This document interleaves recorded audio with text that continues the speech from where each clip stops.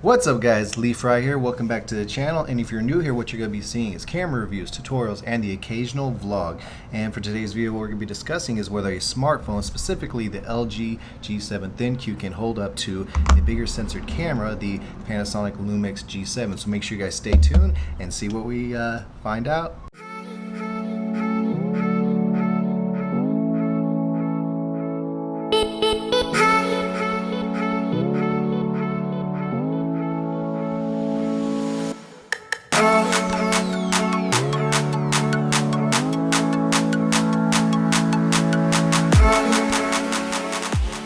Alright guys, welcome back. So before we get started with the video test, I just kind of want to go over some of the specs on both of these cameras so we kind of know what we're working with when it comes to both of them. First we'll start off with the LG G7. We got a dual camera setup, 16 megapixel, 1 in 3.1 size sensor.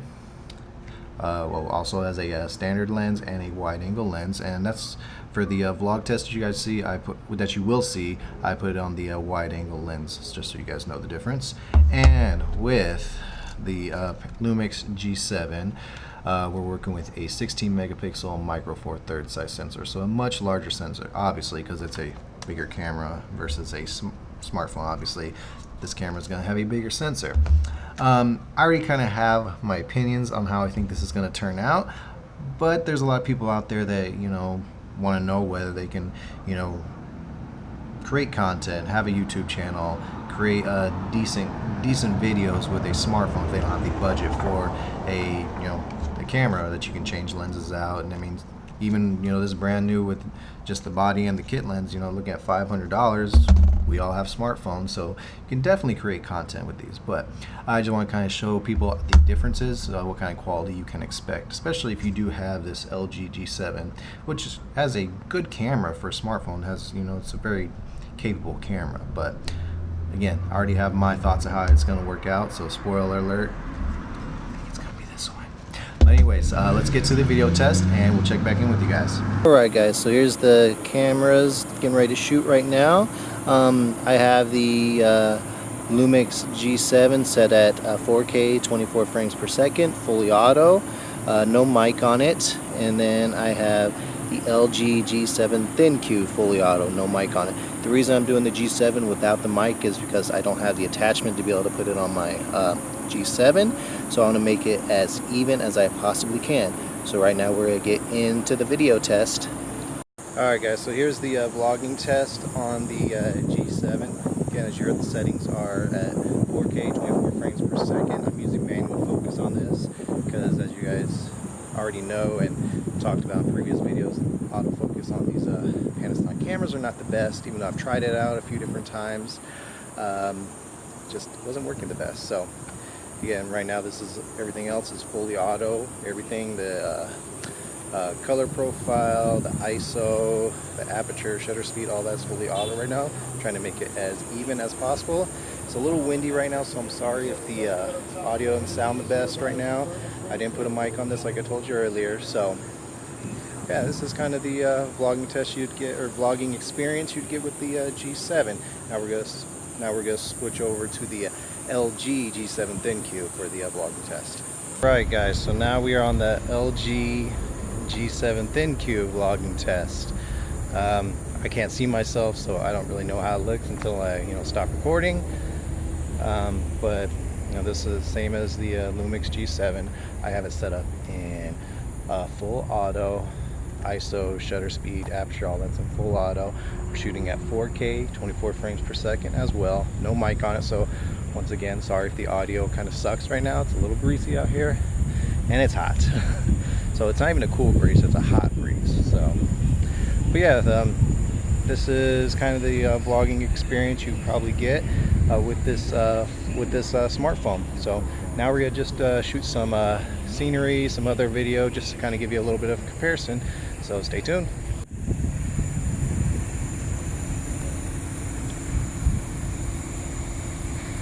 So this is the LG G7. You know, just doing just shooting some video of these plants, just to kind of show you the color you will get out of this camera. You know, doesn't look too bad from what I can see. The sun's really bright, so it's kind of hard to tell. But yeah, this is kind of what you would get in the full audio, or full auto, not audio. There's the sky, color blue. Obviously the sky's blue, but that's kind of how it's gonna look. And it's actually very steady because I do have the stabilization on this camera, so that is one good thing about using the smartphone. It does have the stabilization, which the LG or the Lumix G7 does not have. Alright, so now we're doing the Panasonic Lumix G7, same kind of shots. Let's see what we get out of that.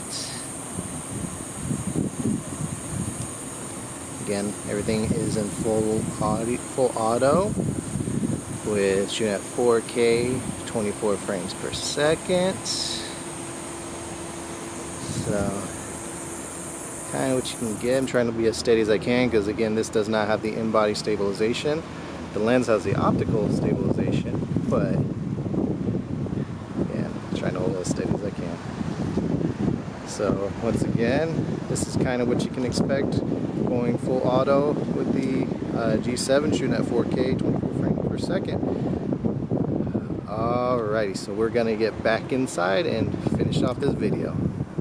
Alright guys, welcome back. So that was the video test, and surprisingly there was, some good results when it came to, this LG G7. It had, the quality on the vlog test was good. It was a good picture. It was overall, I was pleasantly surprised. I thought it was going to be not as good, to be honest with you, but it actually, came out fairly well. But you compare it to the vlog test with the Lumix G7, it just doesn't hold up. It's no contest. For one, you got the much bigger sensor on this one compared to that. It's no comparison.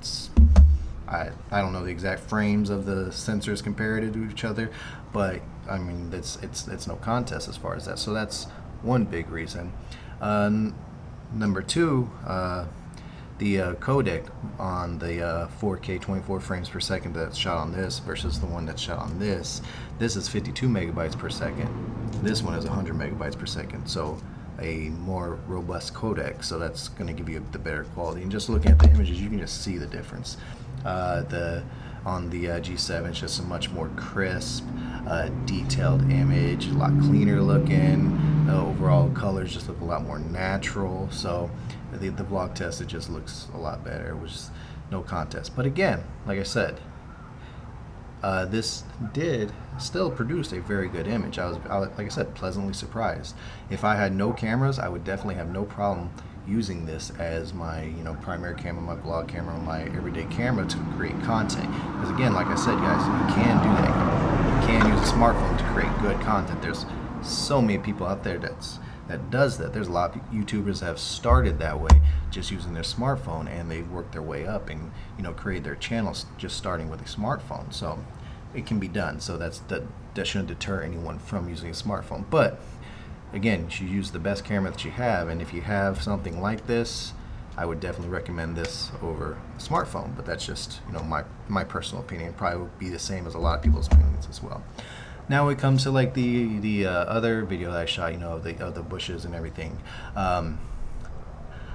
there's things I like about the G7, and there's some things I liked about the Lumix G7.